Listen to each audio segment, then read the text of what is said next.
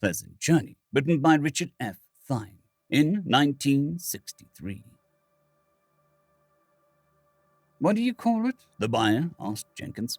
"I named it Journey Home, but you can think up a better name for it if you want. I'll guarantee that it sells, though. There's nothing like it on any midway." "I'd like to try it out for myself, of course," LMB said.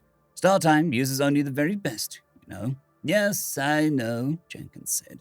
He had heard the line before from almost every carnival buyer to whom he had sold.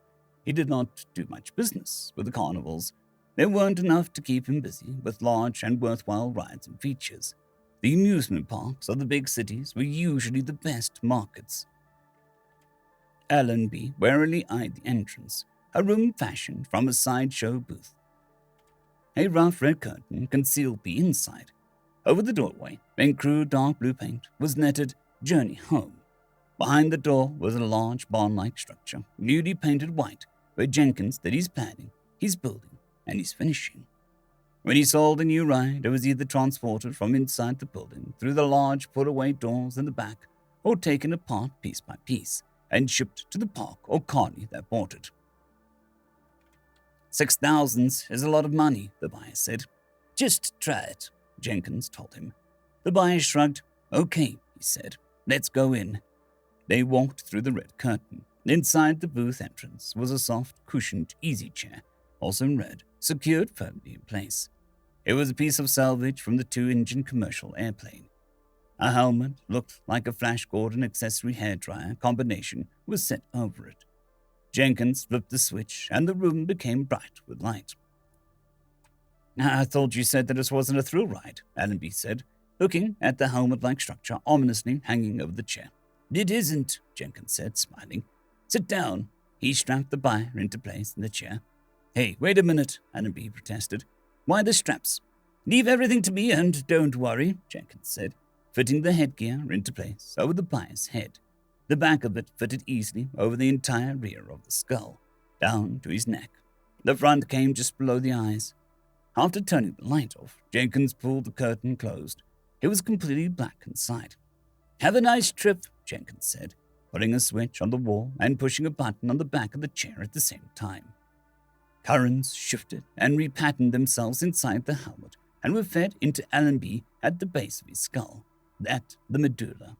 The currents of alternating ions mixed with the currents of his varied and random brainwaves, and the impulses of one became the impulses of the other.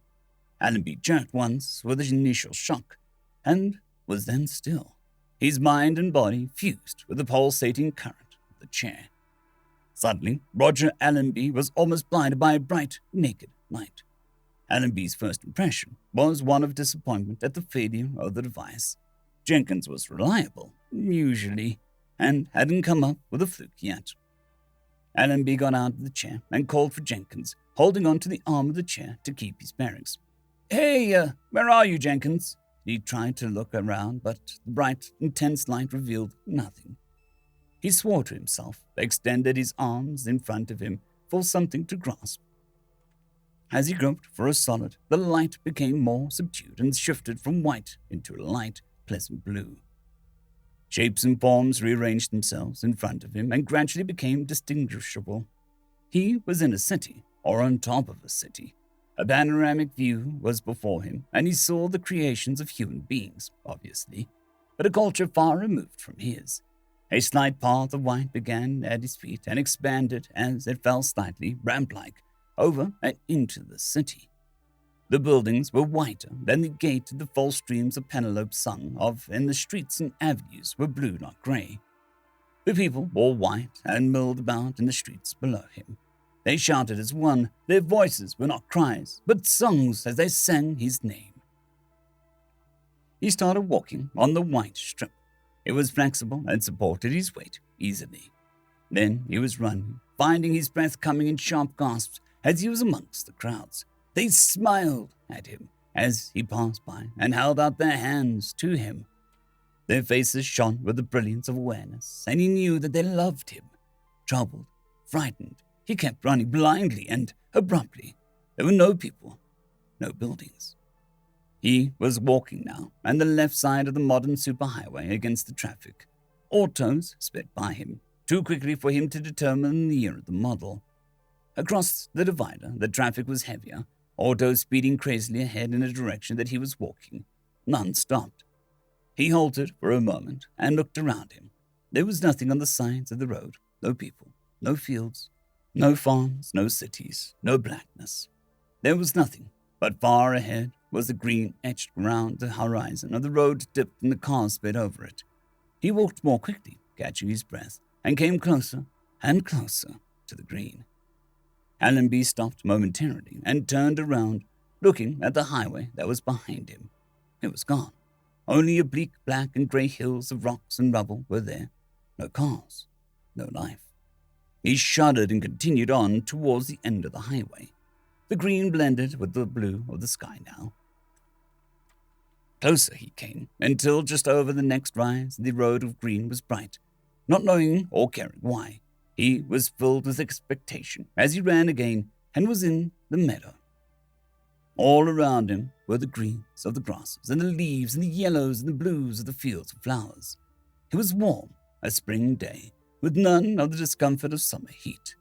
Jubilant, Roger spun around in circles, inhaling the fragrance of the field, listening to the hum of the insect life stirring back to awareness after a season of inactivity.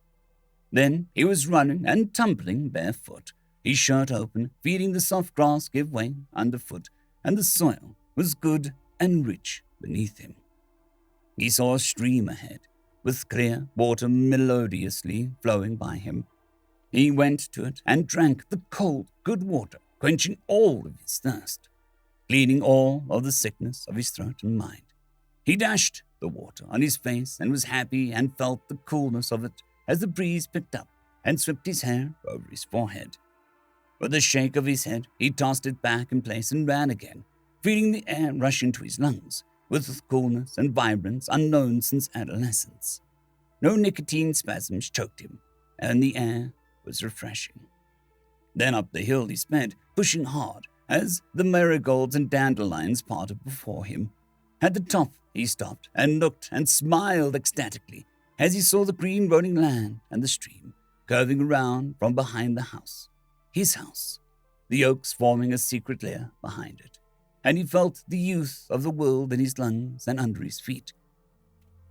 He heard the voice calling from that house, his house, calling him to Saturday lunch. "I'm coming," he cried happily, and was tumbling down the hill, rolling over and over, the hill and the ground and the sky blending blues and greens and nothing at perspective. The world was spinning, and everything was back again. He shook his head to clear the dizziness. "Well," Jenkins said, "how was it?" Allenby looked up at him as Jenkins swung the helmet back and unhooked the seatbelt. He squinted as Jenkins flipped the light switch, and the brightness hit him.